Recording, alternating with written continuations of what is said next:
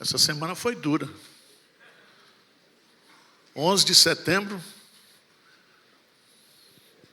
aquele irmão nosso que foi assassinado lá, brutalmente, por opinião. E eu estou muito preocupado para onde o Brasil está caminhando. Porque quem pode mais, pode tudo. E a história está aí para a gente aprender. Que Deus tenha misericórdia do nosso país. Vamos continuar orando. E o que eu vou falar hoje? Vou falar sobre o juízo final. Eu queria pregar um sermão mais light. Abra a sua Bíblia em Mateus, capítulo 25.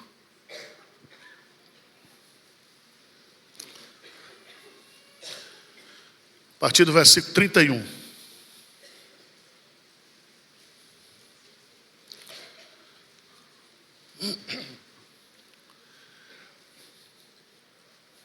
Diz aí: quando vier o Filho do Homem na sua majestade, e todos os anjos com ele, então se assentará no trono da sua glória, e todas as nações serão reunidas em sua presença, e ele separará uns dos outros, como o pastor separa dos cabritos as ovelhas.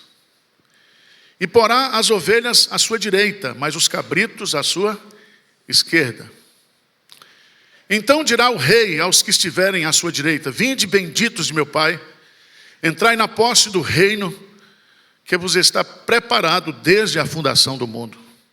Porque tive fome e me deste de comer, tive sede e me deste de beber, era forasteiro e me hospedastes, estava nu e me vestistes, enfermo e me visitastes, preso e foste ver-me. Então perguntarão os justos: Senhor, quando foi que te vimos com fome e te demos de comer, ou com sede e te demos de beber? E quando te vimos forasteiros e te hospedamos, ou nu e te vestimos? E quando te vimos enfermo ou preso e te fomos visitar? O rei, respondendo, lhes dirá: em verdade vos afirmo que sempre que eu fizeste a uns destes meus pequeninos irmãos, a mim o fizeste.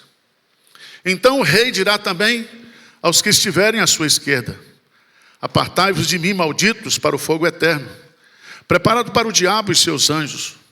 Porque tive fome e não me deste de comer, tive sede e não me deste de beber, sendo forasteiro não me hospedaste, estando nu não me vestiste, achando-me enfermo e preso não foste ver-me.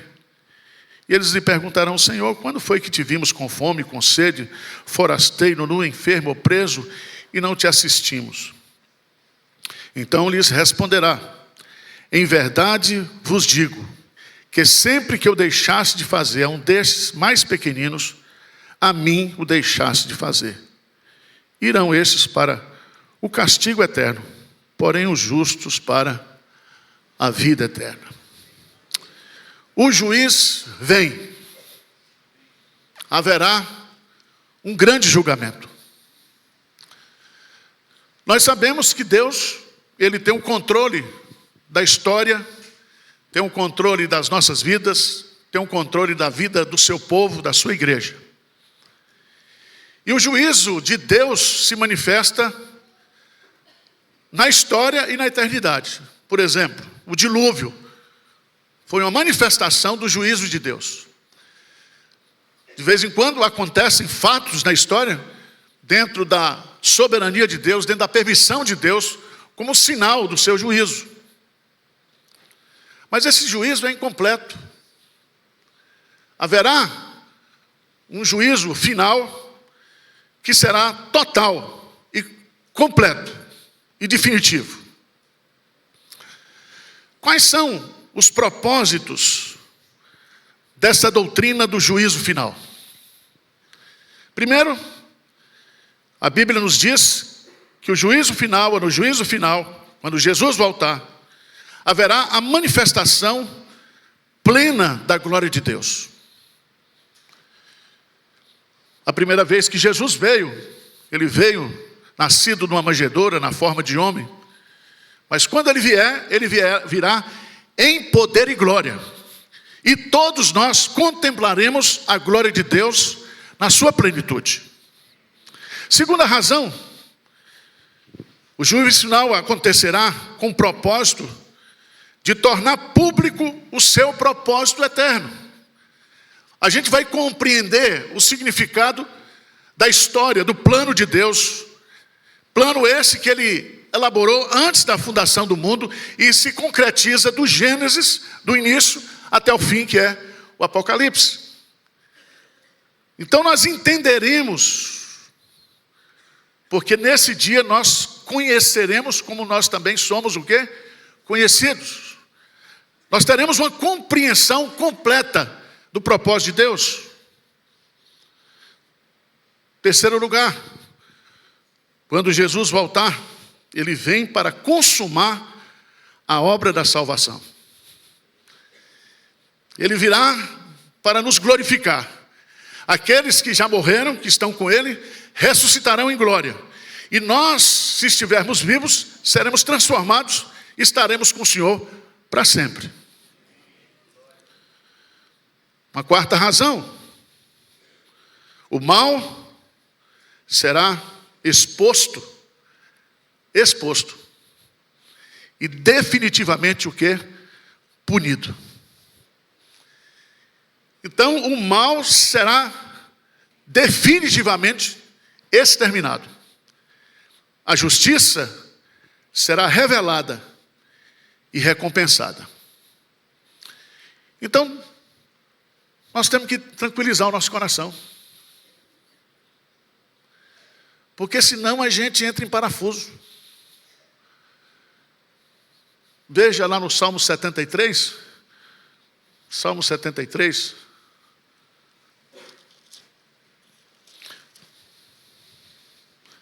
Quando Asaf começa a refletir sobre se vale a pena ser crente. Eu sou crente, mas a vida para mim é complicada, enquanto o mal prospera. Vê o que ele diz aí? Com efeito, Deus é bom para com Israel, para com os de coração limpo. Quanto a mim, porém, quase me resvalaram os pés, pouco faltou para que se desviasse os meus. Pois eu invejava os arrogantes ao ver a prosperidade dos perversos. Para eles não há preocupações, o seu corpo é sadio e inédito, não partilham das canseiras dos mortais, nem são afligidos como os outros homens. Daí a soberba que os cinge como um colar e a violência que os envolve como um manto. Os olhos saltam-lhes de gordura, do coração brotam-lhe fantasias, botejam e falam maliciosamente, da opressão falam com altivez. Contra os céus desandam a boca e a sua língua percorre a terra. Por isso, o seu povo se volta para eles e os tem por fonte de que bebe a largos sovos. Versículo 12, eis que são estes os ímpios, sempre tranquilos, aumentam as suas riquezas. Veja o conflito dele no versículo 13, o que diz? Com efeito, inutilmente, e lavei as mãos pois de contínuo sou afligido a cada manhã castigado. Por que a vida para nós é mais dura do que o ímpio? Você nunca pensou isso não, né? Essa semana eu pensei. Mas vamos para o nosso texto, porque é um ensinamento de Jesus, o último ponto do seu sermão profético. Quando se dará o juízo final? Versículo 31. Quando vier o quê? O Filho do Homem. Quando?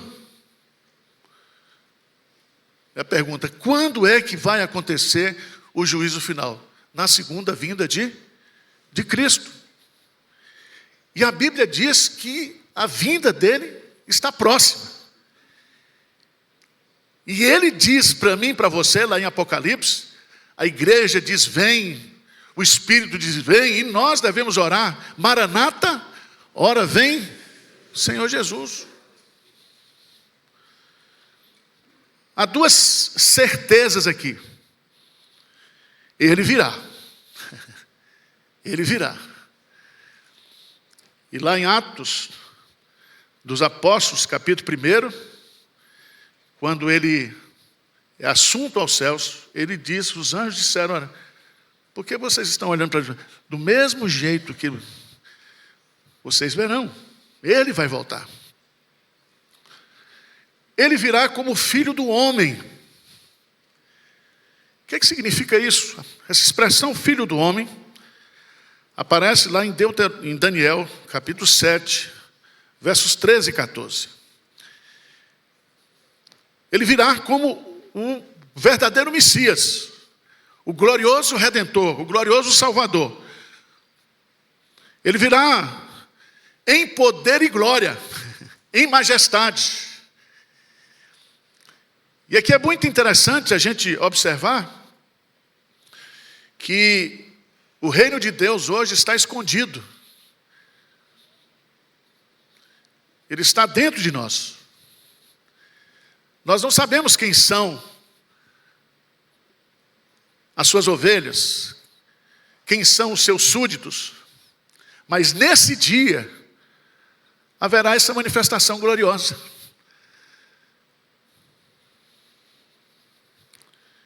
Em que momento se dará? Quando vier o Filho do Homem. Quem será o juiz? Não vai ser do nosso Supremo Tribunal Federal. Graças a Deus.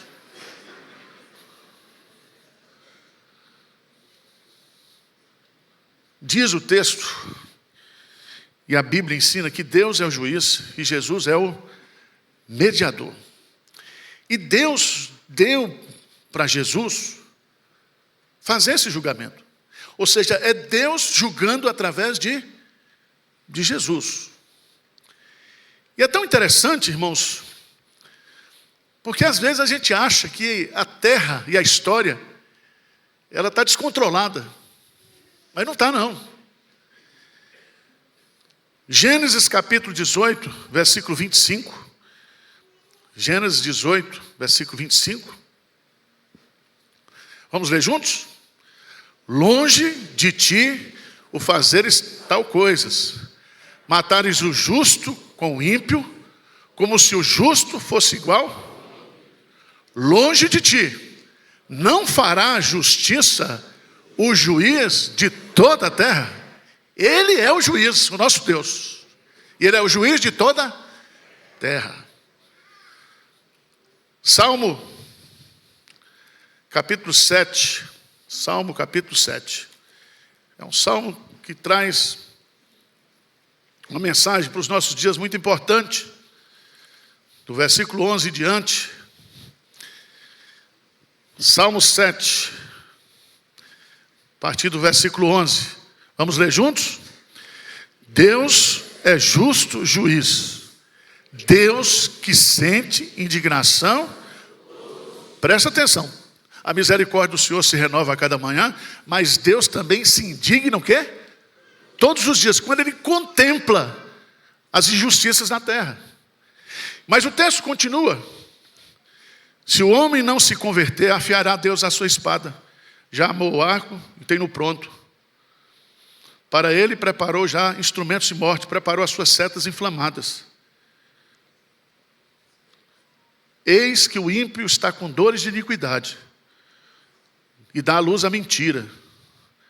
Abre e aprofunda uma cova e cai nesse mesmo poço que faz. A sua malícia lhe recai sobre a cabeça e sobre a própria meoleira desce a sua violência. Eu, porém, renderei graças ao Senhor segundo a sua justiça e cantarei louvores ao nome o quê? Do Senhor Altíssimo. Louvado seja Deus. Descanse seu coração. Deus é o juiz. E Ele há de trazer as nossas obras, as nossas palavras, os nossos pensamentos e as nossas omissões. Então, o juiz vem. Haverá o grande julgamento, o julgamento final. Em que momento se dará isso? Versículo 31. Quando vier o Filho do Homem. Quem será o juiz? Deus julgando através de Cristo Jesus. Onde será o trono desse julgamento? Se você pegar o texto de Apocalipse, capítulo 4 e 5, né, diz que claramente no céu está o trono.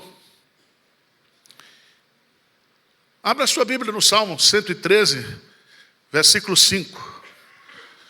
No Salmo 115 diz: no céu está o nosso Deus, e tudo faz como lhe agrada.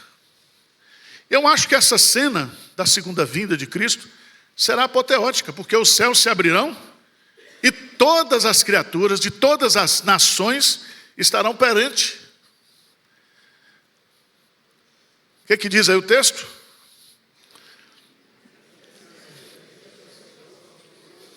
Cujo trono está nas alturas. Eu acho que vai ser um negócio apoteótico. Porque o céu vai se abrir e as nações esparramadas sobre a face da terra, todas estarão perante Ele.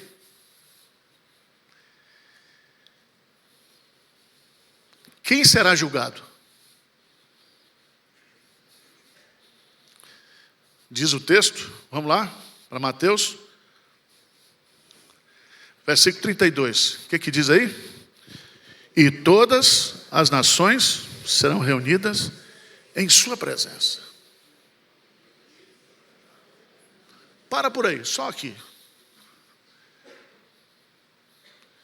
Todas as pessoas que já viveram na história estarão perante o tribunal de Cristo. Aqueles que morreram, ressuscitarão. É importante a gente entender isso. Se você vai para o capítulo 24, versículo 14, veja lá. Mateus 24, 14, diz assim: e será pregado esse evangelho do reino por todo mundo, para testemunho de todas as nações.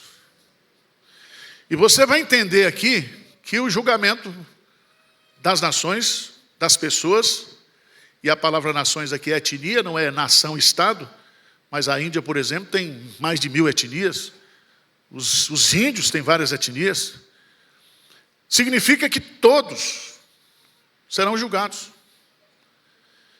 Abra sua Bíblia em 2 Coríntios 5, versículo 10. Não vai dar para você fugir não, tá? Então veja o que você está fazendo. Veja como é que está a sua vida. Porque ninguém aqui vai escapar. Veja o que Paulo diz aí, em 2 Coríntios, capítulo 5, versículo 10. O que diz? Porque importa que todos nós compareçamos perante o tribunal de Cristo, para que cada um receba segundo o bem ou mal que tiver feito por meio do corpo. Essa palavra importa no grego significa é necessário. Não tem como deixar de não comparecer. Se você morrer antes, a Bíblia diz em Hebreus capítulo 9, que está ordenado aos homens morrerem uma só vez, e imediatamente segue o quê? O juízo. Você sai com o passaporte carimbado, ou para o céu ou para o inferno.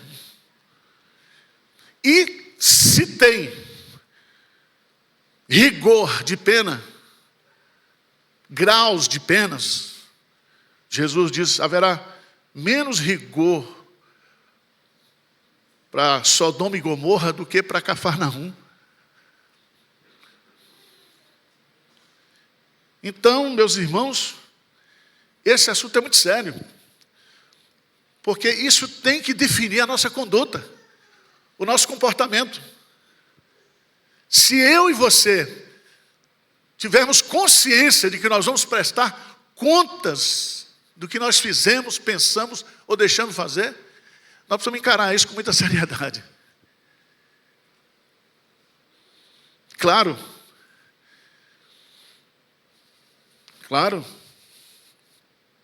que nós já vamos chegar lá com as contas pagas.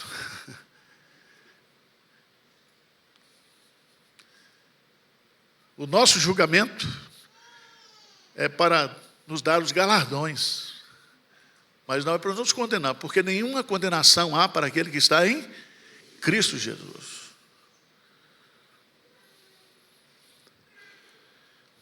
Eu fico pensando, como é que vai ser esse dia do juízo? Vai ser de 24 horas? Eu acho que vai ser rápido, porque está tudo pronto. É só dar a sentença.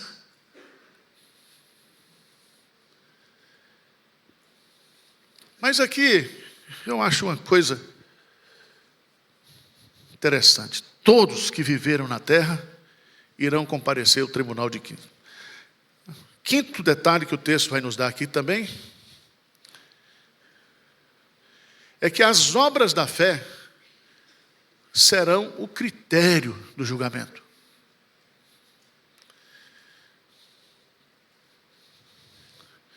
Presta atenção, o evangelho não é nem conservador, nem liberal. O evangelho não é nem de direita, nem de esquerda. Pelo amor de Deus, as ovelhas estão na direita e os cabritos na esquerda, mas não vamos politizar. Não, porque do jeito que a coisa está, a Bíblia diz, não te desvie, nem para a direita, nem para... O evangelho não pode ser politizado. O evangelho é eterno, o evangelho é o poder de Deus. O evangelho não é política. Então vamos pregar o evangelho. Mas diz o texto que as obras da fé serão critério de julgamento. Como é que o cabrito é separado da ovelha? É pelo conhecimento teológico? Você vai dizer, eu sou calvinista, eu subscrevo a confissão de fé. Aí Jesus, mas você não fez nada, cara. Você disse que tem fé, mostra-me a tua fé pelas suas o quê? Obras. E o critério é tão rígido, porque é o critério da omissão. É quando eu deixo de fazer aquilo que eu devo fazer. Irmãos, se você for atrás, aí, capítulo 23, você vai observar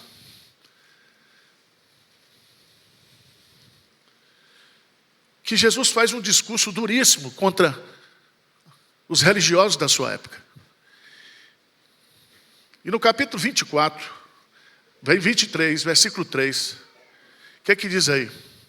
Fazei e guardai, pois tudo quanto eles vos...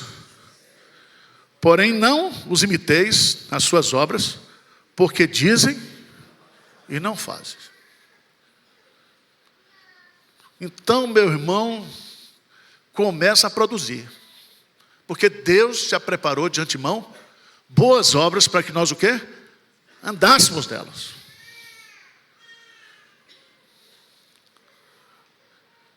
A fé sem obras é morta. É morta. E aqui eu tenho uma preocupação muito grande, porque a nossa igreja está envolvida em muitos projetos assim, e a gente não faz isso para aparecer. Nós não queremos selo de social, não sei o quê. A gente faz isso porque uma igreja que diz que é evangélica e não cuida do necessitado, não é igreja evangélica. Pode ser mais reformada do mundo.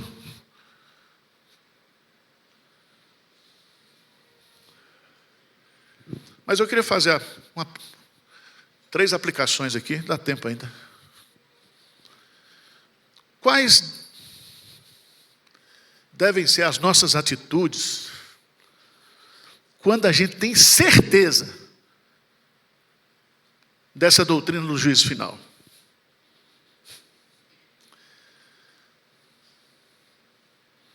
O diabo diz que não existe inferno, que o inferno é aqui. Alberto Camus, um filósofo existencialista, ele diz que o inferno são as nossas decisões erradas. Meu irmão, essa terra maravilhosa, a terra está cheia da bondade do...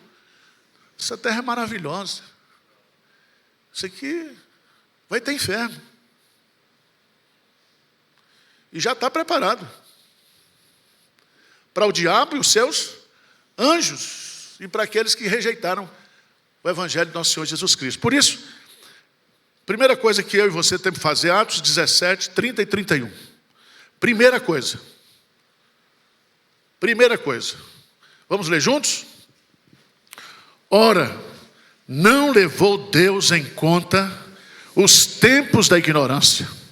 Agora, hoje, porém, notifica aos homens que todos, em toda parte, se arrependam, porquanto estabeleceu um dia em que há de julgar o mundo com justiça, por meio de um varão que destinou e acreditou diante de todos, ressuscitando dentre os mortos. Presta atenção, que Deus dá oportunidade a todos os homens, em todos os lugares, de alcançarem o arrependimento de pecados e a salvação exclusiva na pessoa de Jesus.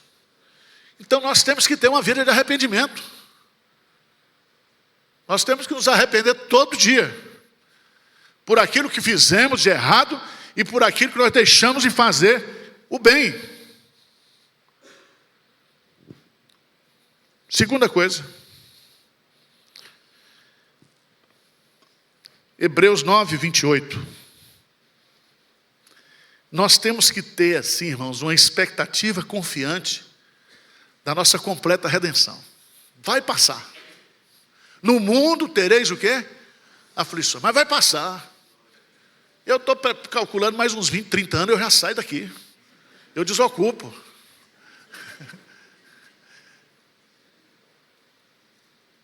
Paulo diz, para mim, o viver é Cristo e o morrer é lucro. Morrer é estar com o Senhor. Está com o Senhor. Hebreus 9, 28, o que é que diz? Também Cristo, tendo-se oferecido uma vez para sempre, para tirar os pecados de muitos, aparecerá segunda vez, sem pecado, aos que o aguardam. Essa palavra, esse verbo aguardar aqui, é aguardar com expectativa, é aguardar com ânsia, com desejo que ele volte.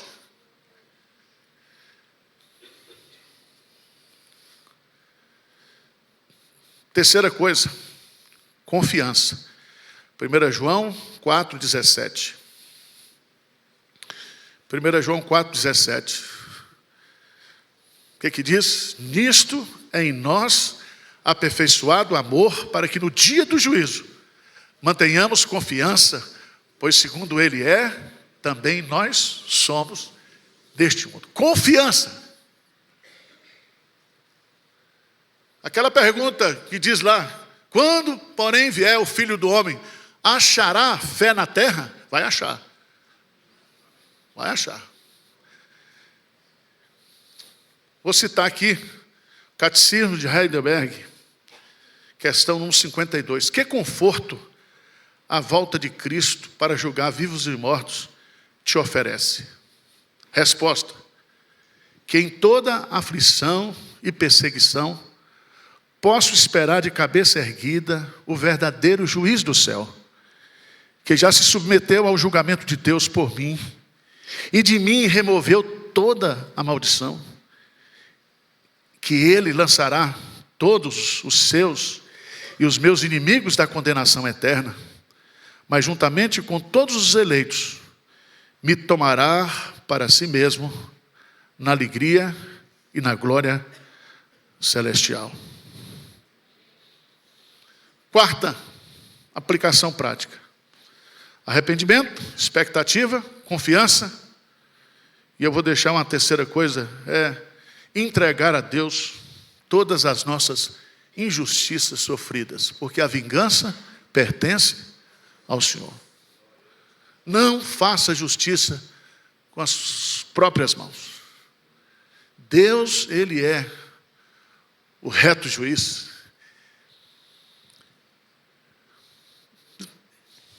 Para animar vocês.